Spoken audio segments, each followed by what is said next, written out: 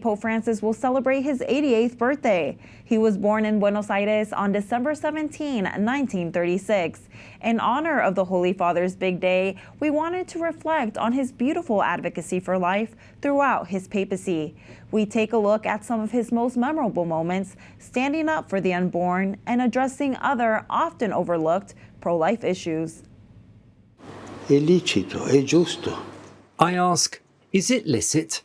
Is it right to eliminate a human life to resolve a problem? Umana per risolvere un problema. It's a human life. That's science.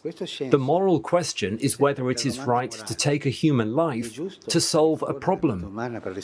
Indeed, is it right to hire a hitman to solve a problem? Hiring a hitman. Those strong words from the Holy Father on the practice of abortion. Pope Francis has long defended the right to life throughout his papacy, speaking out for those who can't speak for themselves, from conception until natural death, upholding Catholic teaching. It reads in the Catechism, "Human life is sacred. No one can under any circumstance claim for himself the right directly to destroy an innocent human being." Francis has never backed down from standing up for life, likening abortion to the work of the mafia. L'aborto non è un male minore. Abortion is not the lesser evil. It is a crime. You throw someone out to save another. That's what the mafia does. It is a crime, an absolute evil. È un male assoluto. Back in September, the Holy Father spoke to reporters during his return trip from his apostolic journey to Southeast Asia, reiterating the Church's stance on abortion. Un assassinio. È un assassinio. I deem deplorable the practice of so-called surrogate motherhood, which represents a grave violation of the dignity of the woman and the child. Vita è una cosa brutta. Continuing his advocacy for human life in the womb, in January, Pope Francis called for a worldwide ban on surrogacy, saying the practice exploits the child as an object of trafficking. I deem deplorable the practice of so-called surrogate motherhood, which represents a grave violation of the dignity of the woman and the child.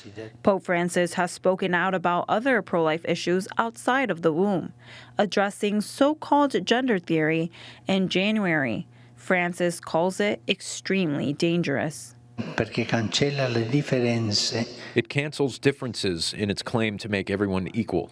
These instances of ideological colonization prove injurious and create divisions between states rather than fostering peace. Anziché favorire l'edificazione della pace. The Holy Father also wrote about capital punishment this year in the preface of a book called A Christian on Death Row, My Commitment to Those Condemned, warning that it fosters a cycle of revenge in society and has called for efforts to abolish it.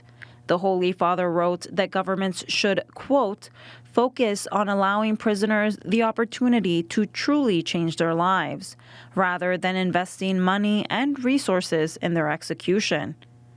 We must never think that there could be a sin, a mistake, or an action of ours that distances us permanently from the Lord. His heart has already been crucified for us.